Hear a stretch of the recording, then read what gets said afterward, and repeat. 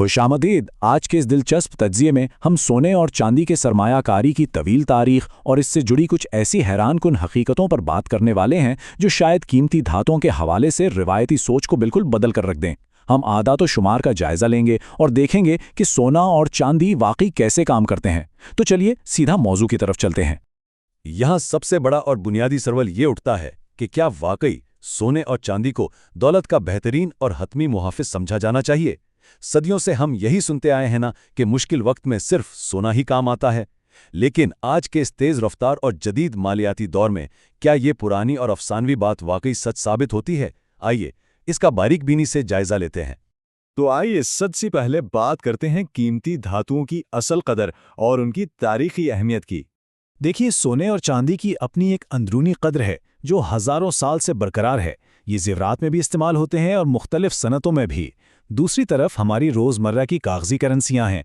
अब मसला ये है कि हुकूमतें जब चाहें प्रिंटिंग प्रेस चलाकर और मज़ीद नोट छापकर आसानी से इनकी कद्र गिरा सकती हैं। लेकिन सोने या चांदी को किसी जादू से फैक्ट्री में नहीं बनाया जा सकता। यही वो सबसे बड़ी वजह है जो इन तबई धातुओं को आम कागज़ी करेंसी से मुख्तलिफ और ख़ास बनाती है।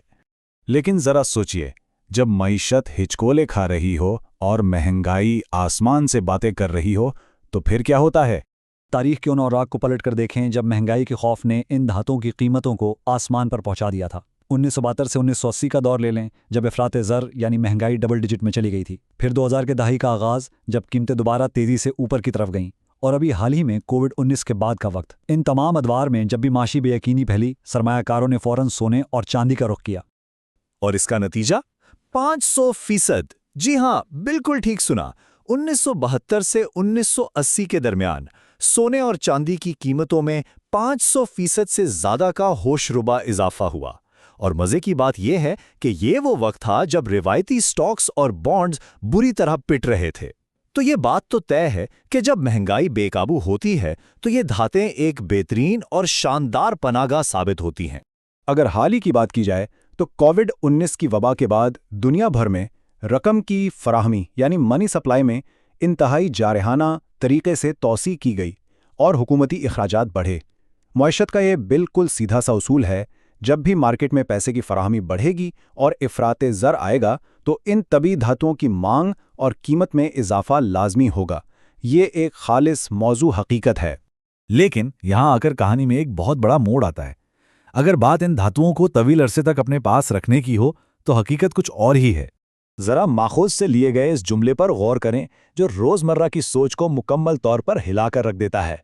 तवील मुद्दत में कीमती धातें इंतहाई नाक़िस सरमायाकारी हैं। सुनकर अजीब लगा ना? सोने को हमेशा से दौलत का ज़बरदस्त मुहाफिज समझा गया है, तो फिर इतना सख्त दावा क्यों? आखिर इसके पीछे क्या मंतिक हो सकती है? इसकी वजूहात बिल्कुल साफ हैं। सबसे पहली और अहम बात, कीमती धातें कोई डिविडेंड या मुनाफा अदा नहीं करती। सोना तिजोरी में पड़ा सोना ही रहता है, वो कोई नई पैदावार नहीं करता। दूसरा, इनकी कीमतों में इजाफा बस मुश्किल हमारे बढ़ते हुए अखराजात ज़िंदगी के बराबर ही रह पाता है। और तीसरा, तवील अरसे में ये महंगाई को मात देने यानी हकीकी दौलत में इजाफा करने में बुरी तरह नाकाम रहती हैं। ये धातें दौलत बनाती नहीं हैं, बस मुश्किल से इसे बरकरार रखती हैं। इसे यूं समझते हैं, अगर कोई अपनी नकदी किसी गद्दे के नीचे या पुराने गल्ले में छुपा कर रखता है तो उससे बड़ी बेवकूफ़ी कोई नहीं, क्योंकि वक्त के साथ इसकी कद्र गिरती जाती है। सोना और चांदी बेशक इससे बेहतर हैं, लेकिन वो सिर्फ अखराजात की बराबरी करते हैं, जबकि असल मैदान मारते हैं पैदावारी असासे, जैसा कि मयारी बॉन्ड्स, स्टॉक्स और रियल एस्टेट। ये वो चीज़ें हैं जो वक्त के साथ हकीकी दौलत में इजाफा करती हैं।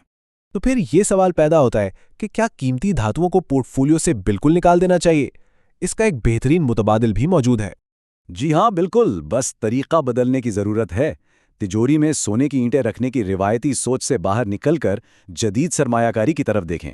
हम म्यूचुअल फंड्स या एक्सचेंज ट्रेडेड फंड्स, जिन्हें ETFs कहते हैं, उनका रुख कर सकते हैं। और इससे भी आगे बढ़कर उन कंपनियों के स्टॉक्स में बराह रास्त सरमायाकारी की जा सकती है जो हकीकत में ये सोना और चांदी ज़मीन से निकालती हैं।